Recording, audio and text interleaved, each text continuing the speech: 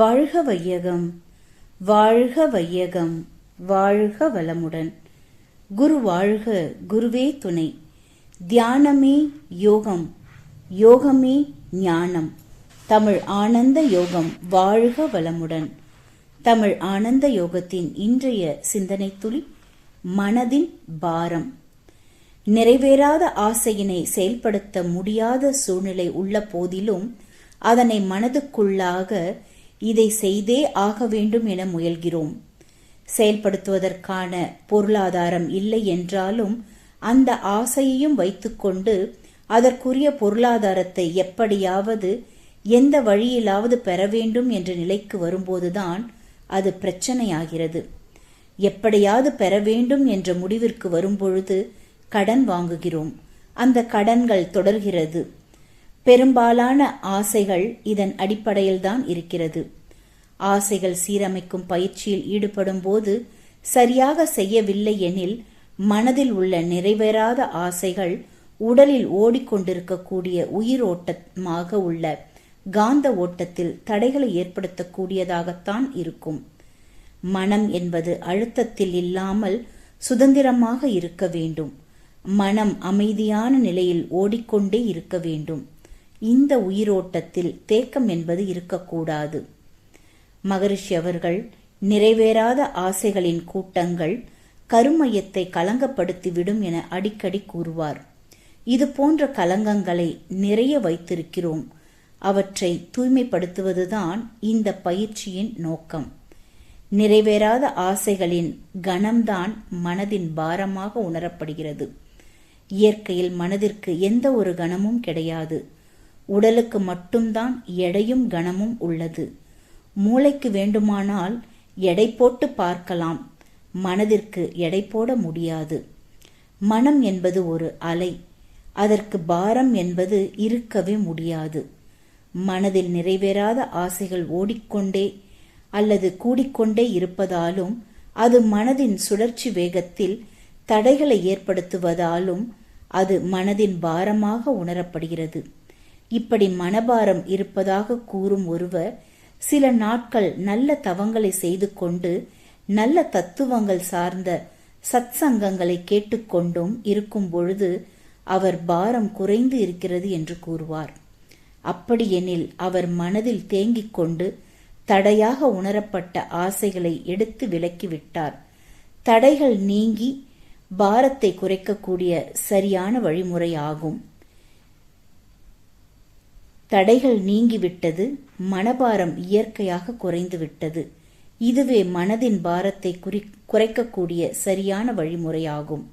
சமுதாயத்தில் பெரும்பாலானவர்களிடம் மிகப்பெரிய மனபாரமாக இருக்கக்கூடியது எதுவென சிந்திக்கும் பொழுது அது கடன் எனும் பொருளாதார நிலை பாரமும் நோய்களால் அவதியுறும் உடல்நிலை பாரமும் என்ற இந்த இரண்டு மட்டுமே மிக பெரிய பாரமாக உள்ளது. இவை இரண்டும் தான் உலகில் உள்ள மக்களின் மிக பெரிய பாரமாக இருக்கிறது. இறைஞான ஆசிரியர் நன்மணி ஐயா அவர்களுக்கு நன்றிகள். வாழ்க வளமுடன் ஐயா.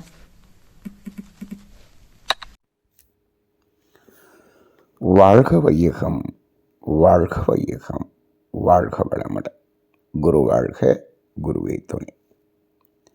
இன்றைய சிந்தனை துளிகள் வாசித்த ரிஷி பாபா அம்மா அவர்களுக்கு நன்றி. தியானமே யோகம், யோகமே ஞானம். தமிழ் ஆனந்த யோகம் வாழ்க வளமுடன். இன்றைய சிந்தனை தலைப்பு மனதின் பாரம். மனதின் பாரம் என்று சிந்திக்க வேண்டிய ஒரு காலகட்டமாக இருக்கிறது. மனம் எனும் புதினம் என்று மகரிஷி அவர்கள் கூறுகிறார்கள். மனம் என்பது ஒரு அற்புதமான படைப்பு. இந்த மனதின் அடிப்படை நோக்கம் என்பது உணர்தல் என்பதுதான். அப்படிப்பட்ட அந்த மனம் இப்பொழுது பாரமாக இருக்கிறது என்று உணர்கிறோமே. இந்த பாரத்தை உணர்வதற்கா, மனம் பாரமாக உணர்வதற்கா இந்த உயிரினம் தோன்றியது? இல்லை. இந்த மனதின் பாரம் என்று பேசிக்கொண்டிருப்பது யார்? மனிதன். மனதில் பாரமாக அதை மாற்றி சுமந்து கொண்டிருப்பவன் யார்? மனிதன். ஆனால் மனம் என்பது மனிதனிடம் மட்டும்தான் இருக்கிறதா? இல்லையே. இது ஓரறிவு தாவரம் என்று எப்பொழுது தோன்றியதோ அங்கிருந்து மனம் வந்து கொண்டே தான் இருக்கிறது. தொடர்ந்து ஓரறிவு ஜீவனிலிருந்து ஐயறிவு ஜீவன் வரை அந்த மனதில் எந்த பாரமும் இல்லையே. ஆனால் அதைவிட உயர்ந்த ஒரு உயிரினம் என்று சொல்லக்கூடிய மனிதனாக வந்த பிறகு இந்த மனதில் பாரமாக இருக்கிறது என்ற உணர்வை நாம் ஏற்படுத்தி இருக்கிறோம். ஆக இங்கு மனிதன் என்பவனிடம் மனதின் நிலை என்ன என்று கேட்டால், மனிதனிடம் மட்டும்தான் இந்த மனம் அழுத்தம் ஒலி ஒளி சுவை மனதை உணர்ந்த மனம் அதற்கு மூலமாகிய இறைத்தன்மையை, இறைவனை உணரக்கூடிய ஆற்றல் பெற்றது இந்த மனித மனம் மட்டுமே. மனித மனதால் மட்டுமே அந்த இறை உணர்வு பெற முடியும். அப்படிப்பட்ட ஒரு உயர்ந்த நிலையில் வந்த மனம் இப்பொழுது இப்படி போய் சிக்கிக்கொண்டு இதை பற்றி பேசிக்கொண்டு இருக்கிறது என்று சொன்னால், இதற்கு மூல காரணம் என்ன என்று சொன்னால், அந்த மனம் உணர வேண்டியதை விட்டுவிட்டு அந்த தேவையின்பால் புலன் வழி சென்ற அந்த மனம் தேவை மீறியதுதான் அங்கு பாரம். தேவை மீறியது அனைத்துமே இந்த மனதுக்கு பாரம்தான். நாம் நமது தமிழ் ஆனந்த யோகத்திலே அடிக்கடி பல சிந்தனைகளில் சொல்லியிருப்போம். தேவையை மீறுகிற இடம், தேவையை மீறுகிற செயல், தேவையை மீறுகிற எண்ணம், இது எல்லாமே பாவம் என்று சொல்லியிருக்கிறோம். அப்போ தேவையை மீறுகிற அனைத்தும் செயல்களை பாவமாக மாறுகிறது என்று சொன்னால், இப்போது அந்த செயல்களை செய்ய முடியவில்லையே என்று ஏங்குவதும் ஒரு பாரமாகத்தான் இருக்கிறது. இப்போ பாருங்கள், இப்போது நிறைவேறாத ஆசைகள் மனதில் அங்கு தேங்கி இருக்கும்போது அது மனதிற்கு பாரமாக இருக்கிறது என்று இன்றைய சிந்தனையில் சொல்லியிருக்கிறோம். தேங்கி இருக்கக்கூடிய ஆசைகள், இந்த தேங்கி இருக்கக்கூடிய ஆசைகள் தேவையின் அடிப்படையிலான ஆசைகளா என்று ஒரு பெரிய கேள்வியை கேட்டு பாருங்கள். தேவைகள் மூன்றின் அடிப்படையில் வந்த ஆசைகள்தான் தேங்கி இருக்கிறதா, அல்லது தேவையை மீறிய ஆசைகள் தேங்கி இருக்கிறதா என்று பாருங்கள். நன்றாக சிந்தனை செய்து பாருங்கள். தேவையின் அடிப்படையில் ஆசைகள் தேங்குவதில்லை. அப்படி தேங்கினாலும் அது இயற்கையால், இறை அறிவால் அது எப்படியாவது நிறைவேற்றப்படும். அது நிறைவேறிவிடும். ஏனென்று சொன்னால், அந்த தேவைகள் என்பது இயற்கையின் துன்பம். அப்போ அந்த தேவைகள் நிறைவேறுவதற்காக ஒரு ஆசை. இன்னொன்று சொல்லணும்னா, இன்னும் இதை ஆழ்ந்து சிந்திக்க வேண்டும் என்று சொன்னால், வேதாத்திரியம் முழுமையாக தெரிந்தவர்களுக்கு தெரியும். ஆசை என்றாலே தேவையின் அடிப்படையில் எழக்கூடிய எண்ணம் என்பதுதான் ஆசை. அப்போ நிறைவேறாத ஆசைகளின் கூட்டம் அப்படின்னு எப்போ சொல்கிறோமோ, அந்த இடம் தேவையை மீறிய ஆசைகளாகத்தான் இருக்கும். அப்படி இருந்தால்தான் அது தேக்கம் உறக்கூடியதாக இருக்கும். அப்படி இல்லை என்று சொன்னால் அது நிறைவேறிவிடும். நிறைவேற்றி விடுவோம், எப்படியாவது நிறைவேற்றுவோம். இது தேங்குவதற்கு வாய்ப்பே இல்லை. இப்போது தேவையின் அடிப்படையில் ஒரு எண்ணம் பாருங்கள். பசி பசி என்ற உணவு வேண்டும். இப்போது இது 500 ரூபாய்க்கு சாப்பாடு சாப்பிடணும் அப்படின்னு நினச்சோம்னா, இப்போ நம்மள்கிட்ட 500 ரூபாய் இல்லை அப்படின்னு சொன்னோம்னா அந்த ஆசை தேங்கக்கூடிய ஆசையாக இருக்கிறது. சரி, இப்போது அது தேவையின் அடிப்படையில் வரக்கூடிய எண்ணமாக இருக்கும் பொழுது இந்த பசி போக்குவதற்கு உணவு வேண்டும். இப்போ கையில் 100 ரூபா தான் இருக்குது. அப்போ என்ன பண்ணுறோம்? அந்த 500 ரூபா சாப்பாடை விட்டுட்டு 100 ரூபாய்க்கு சாப்பிட்டு அந்த பசியை போக்கிக் கொள்கிறோம்.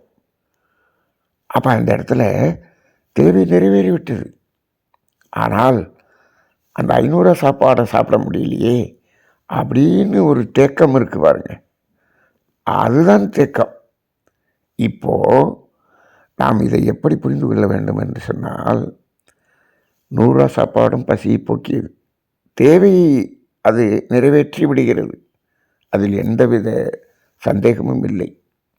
ஆனால் இந்த தேவையை இப்படித்தான் நிறைவேற்ற வேண்டும் என்று நாம் நினைத்து அது நிறைவேற முடியவில்லை என்றால் அது தேங்குகிற ஆசையாக மாறுகிறது.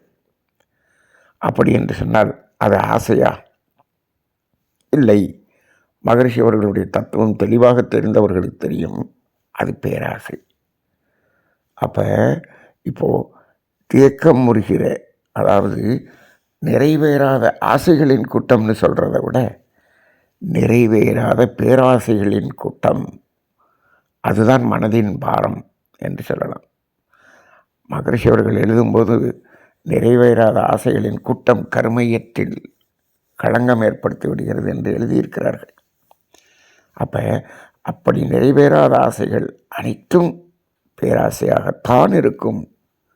அப்படி இல்லாமல் ஆசை என்று அது ஆசையாகவே இருந்திருந்தால் எப்படியாவது அது நிறைவேற்றப்படும். அது இயற்கை. ஒரு முறை விவேகானந்தர் என்று நினைக்கிறேன், நான் உணவை தேடுவதில்லை, எனக்கு பசி என்ற உணர்வு வரும் பொழுது எங்கிருந்தாவது யாராவது உணவு கொடுத்தால்தான் நான் அதை சாப்பிடுவது என்று ஒரு மனதிற்குள்ளாக ஒரு வைராக்கியம் எடுத்துக்கொண்டு இருந்து கொண்டிருக்கிறார். அப்பொழுது யாரோ ஒருவர் வந்து அவருக்கு உணவு கொடுக்கிறார். இப்போது இவர் நான் கேட்கவே இல்லை. பொதுவாக இந்த தேவைகளை நிறைவு செய்து கொள்வதற்கு ஒன்று இந்த உடல், அறிவு, இந்த இரண்டின் அடிப்படையில் நாம் உழைத்து பொருளை பெற்று தேவையை நிறைவு செய்து கொள்ளலாம். அப்படி இல்லை என்று சொன்னால் யாசகம் செய்து அந்த தேவையை நிறைவு செய்து கொள்ளலாம். இவர் அது கூட கேட்க மாட்டேன் அப்படிங்கிறார். அப்படின்னு இருக்கும்போது கூட யாரோ ஒருவர் வந்து உணவை கொடுக்கிறார். இவருக்கு உணவு கொடுக்க வேண்டும் என்று எப்படி தோன்றியது? என்னமோ மனசில் தோணுச்சு, நீங்கள் இங்கே பசியில் இருக்கீங்கன்னு எனக்கு தோணுச்சு, நான் உணவை எடுத்து வந்தேன்னு சொல்லி கொடுக்குறார். இப்போது எப்படி இது நிகழ்கிறது? உண்மையான தேவை என்ற அடிப்படையில் ஆசை இருக்கிறது என்று சொன்னால் அது தேங்காது. அப்படி வைராக்கியமாக இருந்தாலும் அது யாரோ ஒருவர் மீது மோதி அங்கு நிறைவேற்றப்படுகிறது.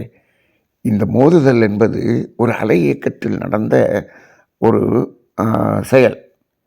சரி, இந்த அலை இயக்கம் எதனுடைய அலை இயக்கம்? இறையாற்றலினுடைய அலை இயக்கம். அது எங்கோ ஒருவரிடம் மோதி அதை நிறைவேற்றிவிடும், எப்படியாவது நிறைவேற்றிவிடும். ஆனால் இப்படித்தான் நிறைவேற வேண்டும் என்று நினைத்தால் அது தேங்கும். அப்போ அந்த இடத்துல எப்படியும் அது நிகழ்ந்து விடுகிறது என்பது ஒரு ஆச்சரியப்படக்கூடிய ஒரு உண்மையாக இருக்கும். இந்த இடத்தில் இன்னொரு சிந்தனையும் செய்து பாருங்கள். அதாவது பாரதியார் நம் அனைவருக்கும் தெரிந்தவர். அவர் மனதில் எந்த தேக்கமும் வைத்து கொள்ளாத ஒரு வெளிப்படையான ஒரு மனம் கொண்ட ஒரு மாமனிதர். அவர் பொதுவாக ஒவ்வொரு தீபாவளி அன்றும் அவரிடம் வரக்கூடிய குழந்தைகள் அனைவருக்கும் காசுகள் கொடுத்து அவர்களை வாழ்த்துவது என்பது ஒவ்வொரு வருடமும் அவர் செய்து கொண்டிருக்கக்கூடிய ஒரு பழக்கமாக இருந்திருக்கிறது. ஒரு வருடம் காலை தீபாவளி, ஆனால் காலையில் குழந்தைகள் வருவார்களே, அவர்களுக்கு கொடுப்பதற்கு கையில் எதுவுமே இல்லை, எந்த சில்லறை காசுகளும் இல்லை. நைட்டு இரவு முழுவதும் அவர் காலையில் குழந்தைகள் வருவார்களே, அவர்களுக்கு கொடுக்க வேண்டுமே, என்னிடம் ஒன்றும் இல்லை என்று மனதிற்குள்ளாக அப்படியே நினைத்து கொண்டே அவர் சற்று தூக்கமில்லாமல் இருந்திருக்கிறார். இப்போ இது தேவை நிறைவேறக்கூடியது இல்லைன்னு வராதுன்னு வச்சுக்கோங்க. இருந்தாலும் இது ஒரு ஈகையாக, தர்மமாக, சேவையாக செய்யக்கூடிய ஒன்று. அதற்கு இல்லை என்று இவர் நினைத்து கொண்டு ஒரு புலம்பல். அப்போ அந்த இடத்துல மனதில் ஒரு தேக்கம் தானே அது, மனதின் பாரம் தானே அது. அந்த மனதின் பாரமாக இருந்திருக்கிறார்.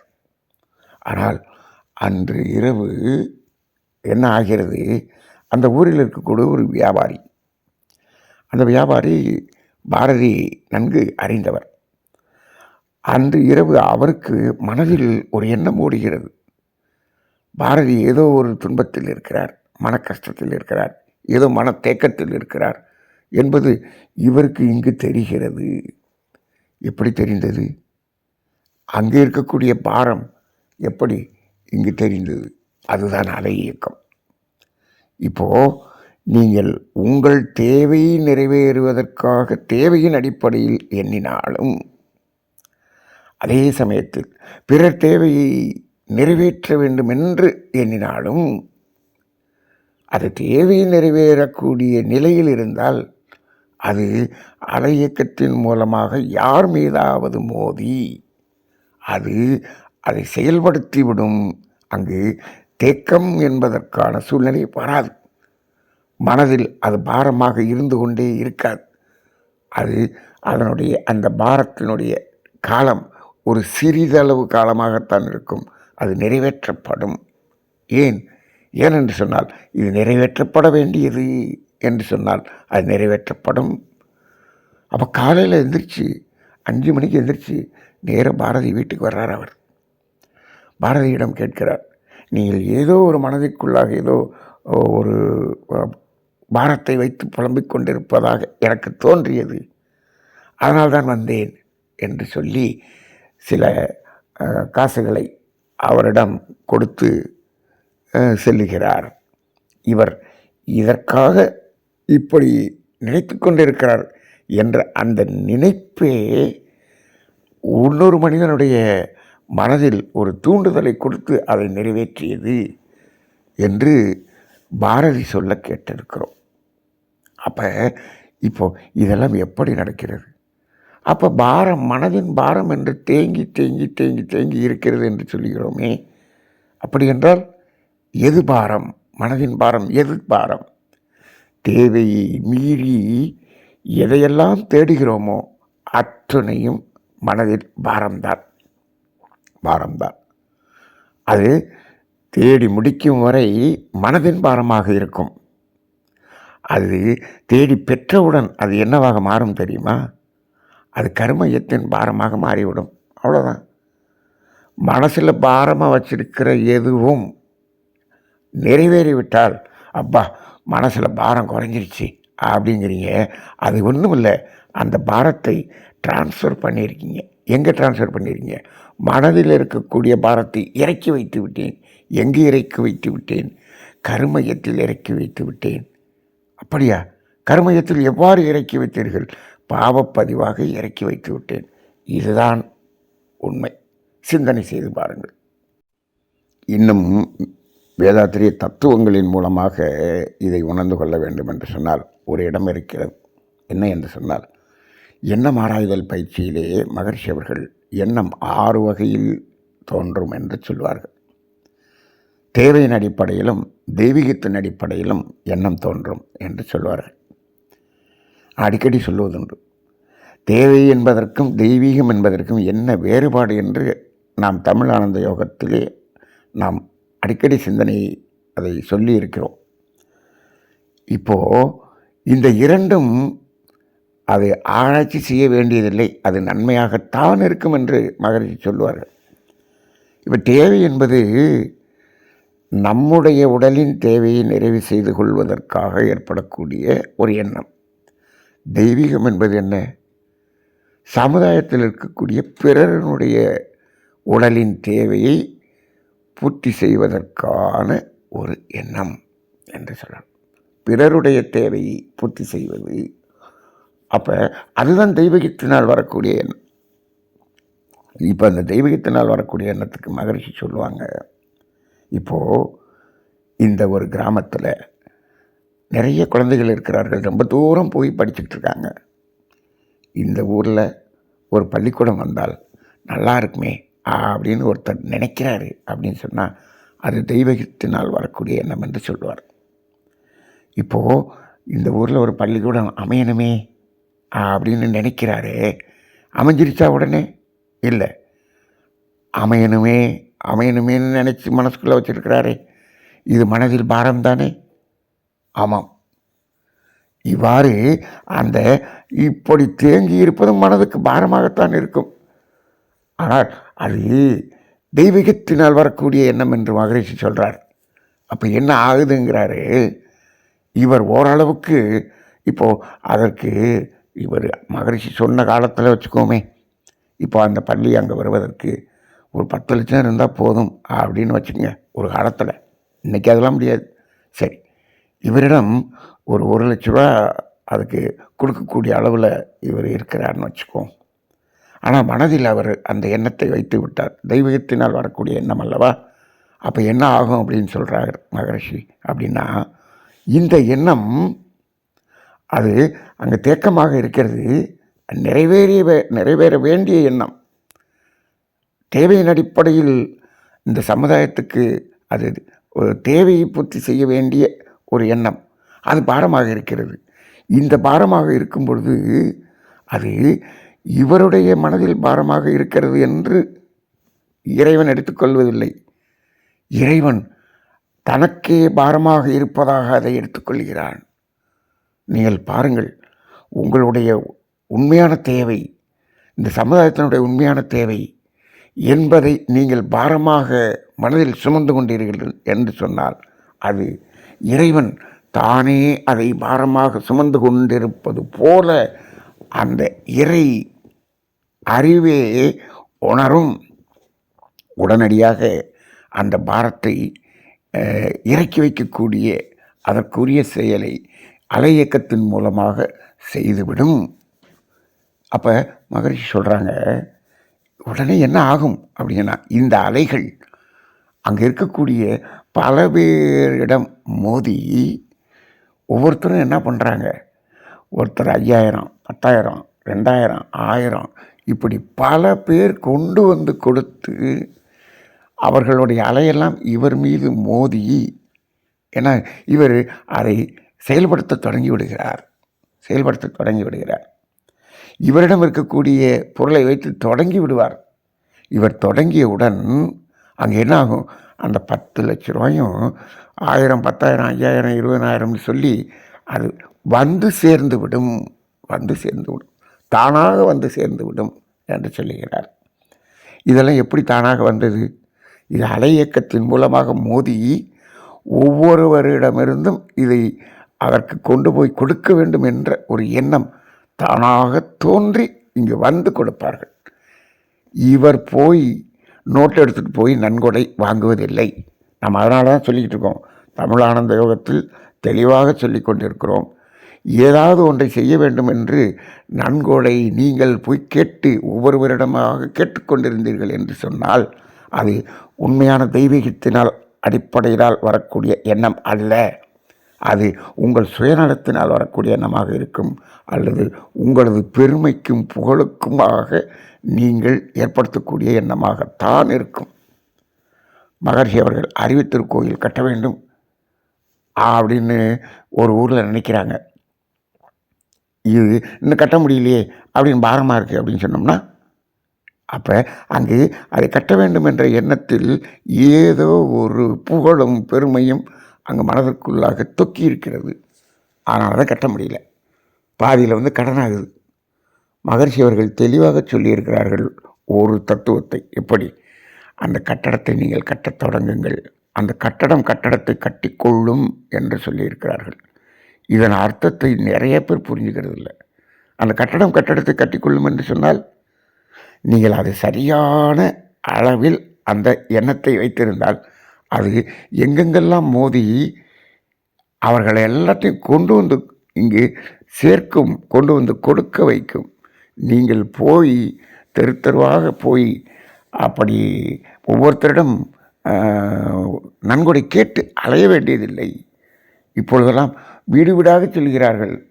ஒவ்வொரு வியாபார நிறுவனமாக சென்று அதை வசூல் செய்கிறார்கள். நாம போய் வசூல் செய்கிறோம். இப்போ அதில் கொடுப்பவர்கள் யாருக்காக கொடுத்தார்கள், எதற்காக கொடுத்தார்கள், உண்மையாக கொடுத்தார்களா தெரியாது. அப்படி கட்டப்பட்ட கட்டிடங்களிலெல்லாம் நன்றாக தவம், அங்கு தத்துவம் பயிற்சிகள் சிறப்பாக நடக்கிறதா என்றால் இல்லை. சாதாரணமாக ஒரு குடிசையில் நடந்த போது இருந்த அந்த உணர்வு கூட இங்கு இல்லை என்று நாம் சில இடத்தில் உணர்ந்து கொள்கிறோமே. அதற்கு காரணம் என்ன? இது தானாக அது நடக்க வேண்டும். அப்போ இதில் இந்த தேக்கம் என்பது அதுவாக நிறைவேற வேண்டும். அப்போ தேவையின் அடிப்படையில் இருந்தால் அது பாரமாக நிற்காது, அது உடனடியாக நிறைவேற்றப்படும். இதுதான் இயற்கை. இப்பொழுதெல்லாம் மனதில் என்ன பார்க்கிறோம்? தன்னுடைய சுயநலத்துக்காக, தேக்குவதற்காக, புகழுக்காக, பெருமைக்காக இப்படி இது நடக்க வேண்டும் என்று மனதில் பாரத்தை போட்டு சுமந்து கொண்டிருந்தால் அது நடப்பதற்கான சாத்தியக்கூறுகள் வராது. அப்படி நடந்தாலும் அது என்ன ஆகிவிடும்? அது அந்த பாரம் கர்மயத்தில் அது இறக்கி வைக்கப்பட்ட பாரமாக கர்ம வினையாக மாறிவிடுகிறது. இப்பொழுது வேடிக்கையான ஒரு விஷயம் என்ன என்று சொன்னால், இப்போது எதையோ ஒன்றை பெற வேண்டும் என்று மனதில் சுமந்து கொண்டிருக்கிறார். அது மனதின் பாரமாக இருக்கிறது. இப்போ நிறைய இடத்துல பாரம் இருக்கிறது. அது நிறைவேறிவிட்டது என்று வைத்துக்கொள்ளுங்கள். சரி, பாரம் குறைந்து விட்டதா என்று கேட்டால் அதை விட ஒரு பெரிய பாரத்தை மனதிற்குள்ளாக இவர் போட்டு விட்டுத்தான் இதை நிறைவேற்றுகிறார். எப்போ நீ வீடு கட்டணும்னு நினைக்கிறீங்க, வீடு கட்டி முடிச்ச உடனே சரி பாரம் குறைஞ்சிருச்சு இல்லை, மாடி கட்டணும்னு இன்னொரு பாரத்தை தூக்கி வச்சுட்டு தான் நீங்கள் இதை கிரகப்பிரவேசம் பண்ணுகிறீர்கள். அப்போ எப்போ பாரம் குறையும்? குறையவே குறையாது. சரி, இன்னொன்று வச்சுக்குவோம். இவர் நிறைவேறி விட்டது, அது வந்து விட்டது, அது கர்மயத்தில் மாறிவிட்டது என்று வைத்துக்கொள்ளுங்கள். கர்ம வினையாக மாறிவிட்டது. இப்போ பாருங்கள், அந்த கர்ம வினை அகழ்கிறது. அது கர்ம வினை கர்மயத்திலிருந்து வெளியே போகணும். அப்போ என்ன ஆகுது? நீங்கள் பெற்ற அந்த ஒரு வீடு வாங்கினீங்க, இப்போ அந்த வீடை விற்க வேண்டிய சூழ்நிலை வந்துடுச்சு, விற்றுட்டீங்க, விற்க வேண்டிய சூழ்நிலை வந்து விட்டது. இப்போது என்னாச்சு? கர்மவினையில் மனதில் இருக்கக்கூடிய பாரத்தை கர்மயத்துக்கு இறக்கினீர்கள். கர்மயத்திலிருந்து அது வெளியே போகிறது. வெளியே போகும்போது அதை என்ன பண்ணுறோம்? நல்லா சிந்திச்சு பாருங்கள். கர்மயத்தில் இருக்கக்கூடிய பாரத்தை மனதில் திரும்பவும் சுமந்து கொண்டு இருக்கிறோம். ஐயோ, இந்த வீடு விற்க வேண்டியதாகி போச்சு, என் கையை விட்டு போயிடுச்சே அப்படின்னு இதை மனதின் பாரமாக ஏற்று சுமந்து கொண்டே இருக்கிறார். அப்போ ஏற்கனவே தேவையை மீறி எண்ணி ஒரு பாரத்தை மனதில் சுமந்தீர்கள். அதுக்காக உழைச்சி அதை நிறைவேற்றி அதை என்ன பண்ணீங்க? கர்மயத்தில் மாற்றி வச்சிங்க. இப்போ மனம் சுமக்க இருக்கிறப்ப கர்மயம் சுமக்குது, கர்மயத்திலேருந்து ரிலீஸ் ஆகுது, அது வெளியே போயிடுச்சு, நம்ம கையை விட்டு போய்விட்டது. அப்போ என்ன பண்ணுறோம்? அதை திருப்பி மனதில் சுமந்துக்கிட்டே இருக்கோம். அப்போ மனிதன் என்ன செய்கிறான்? ஒன்று நான் மனதில் சுமப்பேன், இல்லாட்டி கர்மயத்தில் சுமப்பேன், மாறி மாறி சுமந்து கொண்டே தான் இருப்பேன் என்று சொன்னால் அங்கே இயற்கை ஆற்றல் என்ன சொல்லும்? சுமந்து கொண்டே இரு என்று சொல்லும். வேறு ஒரு வழியும் இல்லை. இதற்கெல்லாம் தீர்வு என்ன? இதற்கெல்லாம் தீர்வு என்ன? சிந்தனை செய்து பாருங்கள். இதற்கு தீர்வு ஒன்றே ஒன்று தான். தேவைகளை புரிந்து கொண்டு தேவையின் அடிப்படையில் நாம் வாழ்ந்து கொண்டிருந்தால் இந்த பாரம் என்பதே கிடையாது. நீங்கள் எல்லாவற்றையும் புறத்திலேயே பார்க்கிறீர்கள், புறத்தேவைகள் என்று பார்க்கிறீர்கள். நாம் நேற்றைய சிந்தனையில் என்ன சொல்லியிருக்கிறோம்? இந்த இயற்கை தேவைகள், இயற்கை துன்பம் என்பதை இல்லாமல் மனிதன் வாழ முடியும் என்று சொல்கிறோம். ஆனால் இப்போ என்ன பண்ணுறோம்? இந்த புறத்து இயற்கையின் தேவைகளை பூர்த்தி செய்வதற்கு அனைத்தும் இருந்தும் தேவையை மீறிய ஒரு எண்ணத்தை வைத்துக்கொண்டு, ஆசையை வைத்துக்கொண்டு பாரமாக சுமக்கிறோம். இன்னும் என்ன சுமக்கிறோம்? நமது பையன்களுக்கும் பேரன்களுக்கும் தேவையை பூர்த்தி செய்ய வேண்டும் என்பதை இவர் சுமந்து கொண்டிருக்கிறார். அப்படி சுமந்து கொண்டிருக்கிறோம். இப்படி நாம் சுமந்து கொண்டே இருப்பேன் என்று சொன்னால் அதற்கு தீர்வு என்ன? அதற்கு என்ன தீர்வு செய்ய முடியும்? இப்போது அக வாழ்க்கை என்று எடுத்துக்கொள்ளுங்கள். அதில் எதையாவது அடைய வேண்டும் என்று நினைக்கிறீர்கள், அது பாரமாக இருக்கிறதா என்று கேட்டால் இல்லை. இப்போது அக வாழ்க்கையில் இறை உணர்வு பெற வேண்டும் என்று நினைக்கிறீர்கள். சரி, அது எனக்கு மனசுக்குள்ள பெரிய பாரமாக இருக்குது.